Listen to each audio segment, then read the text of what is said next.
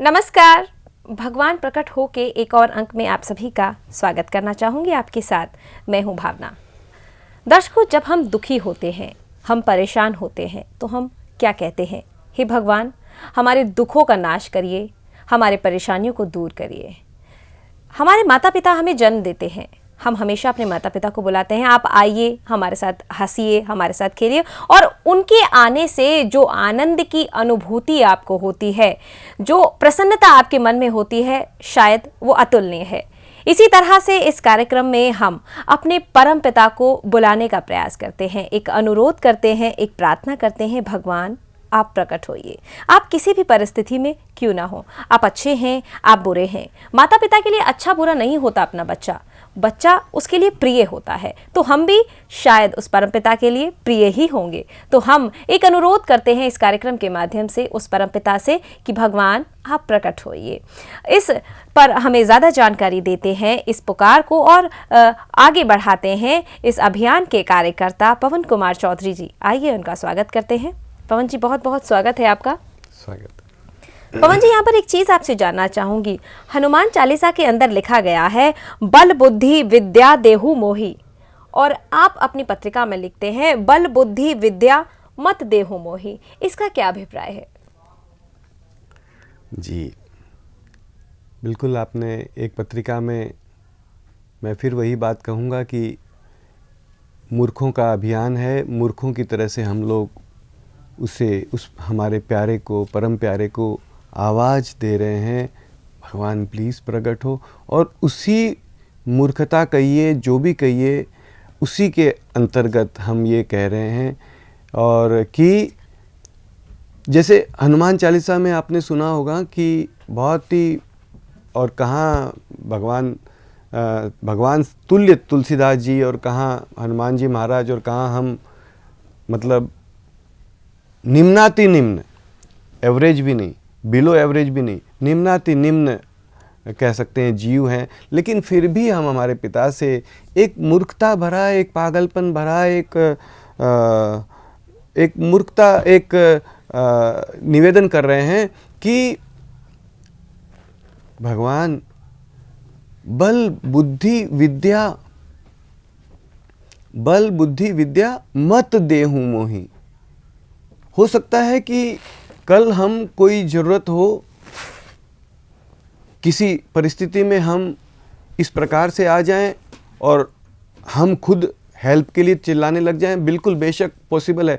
लेकिन आज एक विचार मन में जो आता है, उस विचार के तहत हमने भगवान से ये कहने का प्रयास किया है कि भगवान, जैसे अपने हनुमान चालीसा में आता है कि बल बुद्धि विद्या देहु मोहि, इसमें ये कहा जा रहा है कि भगवान बल बुद्धि विद्या, ये तीनों चीज तो रावण के पास भी थी जी। रावण के पास भी बल था, बल का अथाह सागर था रावण के पास में। बुद्धि थी, विद्या थी, लेकिन फिर भी क्या हुआ? तो हम इसमें ये कह रहे हैं कि मेरे प्यारे माँ बाप, मेरे प्यारे प्राणपति, मेरे प्यारे ईश्वर खुदा गॉड, मेरे प्यारे रोम रोम के आधार, मेरे सांसों के आधार, तू यहाँ पर मौजूद है। तू प्रकट हो ना, तू प्रकट हो, तू गले से लगा, तू लाड कर, तू चुंबन कर, तू सबको आनंदित परमानंदित करते कराते, सीने से लगाते, प्रेम से सहलाते प्रकट रहे हर समय, बिना भ्रम के, सबसे बातचीत करते हुए। अगर तूने गले से लगा लिया, तूने अगर लाड किया, तूने अगर छाती से चिपकाया, तो भावना जी आप बताइए कि कौन से बल की कमी रहेगी? जी, सारे दुख जो हैं, जो सारी परेशानियां हैं, खुद ब खुद दूर हो जाएंगे। दुख परेशानियां दूर हो जाएगी, और बल की भी जो अगर हम मांग कर रहे हैं, तो बल भी क्या बाकी रहेगा? नहीं। कौन सी बुद्धि की कमी रह जाएगी? हमारा पिता हमें गोद में ले ले, हमें प्रेम से सहलाए, बिना भ्रम के प्रकट रहे, फिर कौन सी बुद्धि की कमी रहेगी और कौन सी विद्या बाकी रह जाएगी? तो इसमें इस तरीके का एक मूर्खता भरा, एक पागलपन भरा, एक असंभव, मैं कह रहा हूं कि एक पत्रिका में हमने लिखा है, भगवान भगवान हम तेरे पागल और मूर्ख बच्चे दुनिया भर की बातें कर लेते हैं, और तू प्लीज़ भगवान से कह रहे हैं कि प्लीज़ भगवान इसकी आजमाइश मत करना कि अच्छा बेटा तूने कहा है ना बल बुद्धि विद्या मत दे हूँ मोही, अब देख तेरे को दिखाता हूँ मैं क्या होता है जी। तो तू आजमाइश करेगा। हम तो गिरे गिराए हैं, हम तो मिनट में गिरे गिराए हैं, हम तो हर तरीके से, जैसे जमीन का पत्थर होता है, एक पानी होता है, वो छोड़ दो पानी, जरा सी ढलान मिलेगी तो नीचे की तरफ चला जाएगा। तो वैसे ही हम तो पानी हैं, हम तो कीचड़ में मिलने के लिए नीचे, तो हमारे पे तू आजमाइश करने की मत सोचना कि बड़ा आया रामायण के, तुलसीदास जी के, हनुमान चालीसा के ऊपर ये करा बल बुद्धि विद्या मत दे हूँ मोही, बड़ा आया मत देने वाला। अभी बताता हूँ।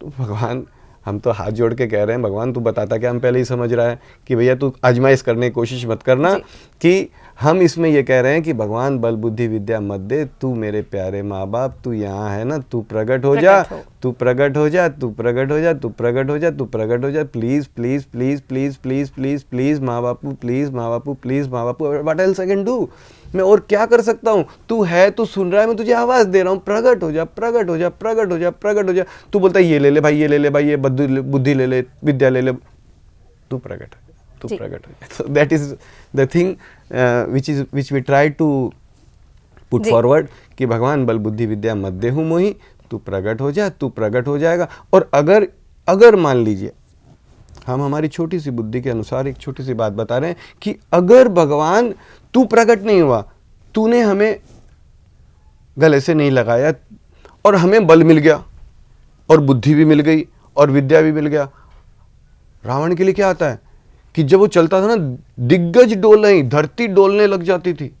आज हमें ऐसा बल हो जाए कि मैं चलूं तो जी, तो मैं किसको क्या समझूंगा, मैं किसी आदमी को आदमी समझूंगा, चींटी कीड़े मकोड़े भी नहीं समझूंगा। और मुझे रावण बनने में कितनी देर लगेगी, 2 मिनट में मैं रावण बन जाऊंगा। अगर मैं बलशाली हो गया, भगवान ने मुझे अनाप शनाप बल दे दिया और मैं बलवान, बुद्धिवान, विद्यावान हो गया और हर किसी से मैं डरता नहीं हूँ, कोई लेकिन मुझे, भगवान के आगे तो उनकी भी नहीं चली थी। हाँ, भगवान के आगे तो नहीं चली थी। तो वही तो हम कह रहे हैं कि भगवान के आगे नहीं चली थी। हम यही कह रहे हैं भगवान तेरे आगे नहीं चलेगी, तू प्रकट हो जा। और अगर तू प्रकट नहीं हुआ, तू नहीं आया और हमारे में ये तीनों आ गए, तो उसका भी कोई हम जरूर रावण जरूर बन जाएंगे, और कुछ बने या नहीं बने। तो दर्शकों, इस कार्यक्रम के माध्यम से प्रयास किया जाता है कि आपको इस पुकार में हम शामिल कर सके। बल बुद्धि विद्या भले ही किसी व्यक्ति के अंदर आ जाए, वो रावण तो बन सकता है लेकिन राम नहीं बन सकता। तो हम यहाँ पर कोशिश करते हैं, एक्सक्यूज मी, हम इसमें ये भी नहीं कह रहे हैं कि वो राम नहीं बन सकता, भले वो राम भी बन सकता होगा। भाई ऐसे कोई बड़े संत हैं जिनमें बल भी है, बुद्धि है, विद्या भी है, फिर they have got so much control over their self कि वो बल को भी कंट्रोल कर करके अपने अंदर रखते हैं। जैसे आपके हाथी पे बैठे हो, शेर पे बैठे हो, लेकिन शेर की भी लगाम हाथ में रखने वाले भी बहुत बड़े बड़े, तो शायद है कि हम वो बन जाए राम, लेकिन 99% चांसेस है हम जैसे लोगों का एटलीस्ट कि हम रावण जरूर बन जाएंगे। पवन जी, यहाँ पर एक सवाल आपसे जानना चाहूंगी।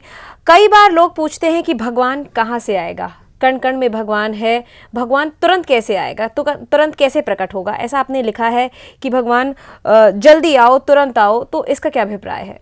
जी जी, ये प्रश्न हमने पहले भी लिया था और बहुत इम्पोर्टेंट प्रश्न है।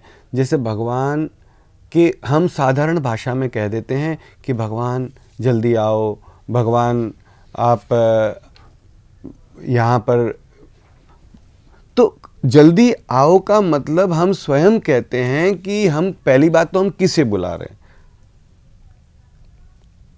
हम उसे बुला रहे हैं जो कण कण में मौजूद है, जो हर जगह पे हर समय मौजूद है, जो इस सारे संसार का मालिक है, परम पिता है, प्राणपति है, हर कण का आधार है, हर कण में जिसका वास है, जिसे 99% हम सभी लोग कहते हैं कि वो हर जगह मौजूद है। हर धर्म, हर भाषा में हम उसके लिए कहते हैं कि नहीं वो हर जगह, तो उसे जब हम स्वयं कहते हैं कि वो हर कण कण में मौजूद है, हर जगह मौजूद है, तो इसका मतलब हम स्वयं ही कह रहे हैं कि भाई तुम यहाँ हो तो आओगे कहाँ से? यह एक साधारण लैंग्वेज में कह दिया जाता है। कई लोग इसका ऑब्जेक्शन भी ले लेते हैं कि भाई भगवान को आप बुला रहे हो, भगवान को आप बुला रहे हो, अरे भगवान को थोड़ा तो समझो यार, भगवान हर जगह पे मौजूद है। तो हम भी इसमें यही कह रहे हैं, नहीं नहीं, ये एक साधारण लैंग्वेज में कह दिया जाता है कि भगवान को हम बुला रहे हैं। बुलाने का मतलब ये नहीं है कि वो कहीं से एक्स जगह से वाई जगह में आ जाएगा। कोई जगह है ही नहीं ऐसी, कोई वाई जगह है ही नहीं जहां वो है नहीं। हर कण में वो मौजूद है, हर कण से वह प्रकट हो। यहां तक कि लोगों का कहना है कि वो प्रकट भी है। आप कई सारे भगवान तक पहुंचे हुए ज्ञानियों से या पहुंचे हुए महात्माओं से या बहुत पहुंचे हुए आपने खासकर अपना भारत देश तो किसी भी मायने में इस चीज़ों का तो घर है, जहाँ पे ऐसी विभूतियाँ पैदा होती रही है, विभूतियाँ हरदम रही है, हरदम रहेगी, जो भगवान को हर क्षण हर जगह पे देखती है जी, समझती है, मानती नहीं है, देख रही है, उनको नज़र आ रहा है। लिटरली दे अंडरस्टैंड कि नहीं, हर कण में भगवान उसे दिखता है, हर कण में उसे भगवान दिखता है, हर जगह उसे भगवान दिखता है। लेकिन वह जो हस्ती है, वह जो विभूति है, वह जो भगवान के संत हैं, महात्मा हैं, जिन्हें जो उस परिस्थिति तक, उस स्थिति तक पहुंच चुके हैं, जिन्हें हर जगह भगवान मौजूद हैं और दिख रहे हैं, तो उन्हें तो हमारा नमन है, बहुत बहुत प्रणाम है, वो तो पहुंच ही चुके हैं।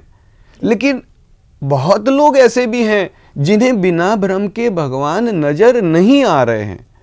जी। हैं, जरूर हैं, लेकिन नजर नहीं आ रहे। तो इस अभियान में एक साधारण भाषा में कह दिया जाता है। इस अभियान को पहले भगवान बुलाओ अभियान के नाम से भी जाना जाता था, आज भी जाना जाता है, कई जगह बोलते भगवान बुलाओ अभियान। तो भगवान को बुलाओ यानी कि भगवान बुलाएंगे कहां से? नहीं नहीं नहीं, बुलाओ का मतलब भगवान प्रकट हो, बिना भ्रम के प्रकट हो। आप यहाँ पर हो और मैं आपको पहचानूं ही नहीं जी, कोई संशय ना रहे, भगवान कोई अगर संशय ना रहे, किसी प्रकार का कोई एम्बिग्यूटी ना रहे, किसी प्रकार की अस्पष्टता ना रहे। जैसे आज अपने घर में मैं एग्जांपल देता हूँ अपने घर में माँ बाप होते हैं, माँ है, तो हमारे घर में माँ, तो हम जाते हैं घर में, मम्मी प्रणाम, और माँ से बातचीत करते हैं। हमारे किसी भी प्रकार से, किसी भी नज़रिए से, किसी भी तरीके से हमारे मन में 0.00001% भी संदेह नहीं होता है कि माँ है। नहीं नहीं नहीं नहीं नहीं, नहीं। माँ जैसी लग रही है, शायद माँ नहीं है, शायद माँ, कोई संशय, कोई भ्रम, एक मम्मी प्रणाम, हेलो हाउ आर यू, माँ माँ, बातचीत करते हैं। तो वैसे ही भगवान भी प्रकट रह सकते हैं अगर भगवान चाह ले तो। और चाहेंगे कब? जब हम चाहेंगे, जब हम एटलीस्ट रिक्वेस्ट करेंगे, एक रिक्वेस्ट करेंगे। एक बनिया की दुकान में हम रिक्वेस्ट तो करेंगे, भैया आधा किलो आटा दे दे। हम मांगेंगे गेहूं तो आटा क्यों देगा? So that's it. तो दर्शकों, हम अपने दुखों में भगवान को याद करते हैं, अपने सुखों में भगवान को याद करते हैं, उनसे प्रार्थना करते हैं कि हमारी इन मनोकामनाओं को पूरा कीजिए। हमें ये चाहिए भगवान, हमें धन चाहिए, हमें विद्या चाहिए, हमें बहुत सारी चीज़ें चाहिए, हर चीज़ हम भगवान से मांगते हैं। लेकिन क्या कभी आपने भगवान से ये कहा है कि भगवान आप प्रकट हो? शायद नहीं। भगवान से अगर आप ये कहेंगे तो शायद वो और भी ज़्यादा आनंदित हो जाएंगे। वो इतने समर्थवान हैं कि आपके कोई भी दुख और परेशानी उनके मौजूद होने के बाद नहीं रहेगा। तो आप एक प्रार्थना कर सकते हैं, एक अनुरोध कर सकते हैं, भगवान प्रकट हो। एक सेकंड में आपसे फिर से ये निवेदन करना चाहता हूँ कि उनके प्रकट रहने के बाद दुख तकलीफ जो परेशानी है वो नहीं रहेगा जी। ये आपने 100% सत्य कहा है कि क्योंकि, लेकिन this is a by product कि भगवान तू प्रकट हो जाएगा तो तेरे प्रकट रहने से, जैसे अभी ये बल्ब चालू हो गए तो बल्ब चालू हो गए तो अंधकार खत्म हो गया, तो उस तरीके से भगवान प्रकट हो जाएंगे तो अपने आप हमारे दुख तकलीफ सारी चीजें अपने आप। लेकिन इन एनी केस, किसी भी स्थिति में, किसी भी मायने में, किसी भी, यह पुकार हमारी इसलिए नहीं हो रही है कि हमारी दुख तकलीफ खत्म हो जाए। एक आनंद की अनुभूति होती है जब, हाँ, आनंद की अनुभूति होवे बहुत बढ़िया, ना हुए तो भी बहुत बढ़िया। हमारा पिता है, आज अभी समय हो रहा है, हम अगली बार में ले लेंगे। अपना पिता अगर बीमार भी होता है तो भी हम उसका इलाज कराते हैं। आनंद की अनुभूति ना हो, मेरा पिता है, फर्ज होता है। हाँ, फर्ज होता है, मेरा है फर्ज भी, फर्ज को भी इतना याद नहीं करते मेरा फर्ज है। नहीं, मेरा है भाई जी, मेरा है, एक अपनापन, एक अपनत्व। तू मेरा है भगवान, मैं तुझे आवाज दे रहा हूँ। हाँ, तू प्रकट रहेगा, उसके बाद में दुख तकलीफ दूर हो जाएगी, वो इट्स ऑल राइट। जी। लेकिन तुझे हम बुला रहे हैं, वो it is not related to कि दुख तकलीफ दूर हो जाए इसलिए जी। बुला रहे हैं। तो दर्शकों, एक पुकार, एक अभियान, एक बुलंद आवाज भगवान के लिए, भगवान से अनुरोध करते हुए कि आप प्रकट होइए, आप भ्रम रहित प्रकट होइए, सबको गले लगाते प्रकट होइए। फिलहाल वक्त हो गया है आपसे विदा लेने का, लेकिन जाने से पहले पवन जी का धन्यवाद देना चाहेंगे। पवन जी, बहुत बहुत धन्यवाद। धन्यवाद। दीजिए इजाजत, नमस्कार।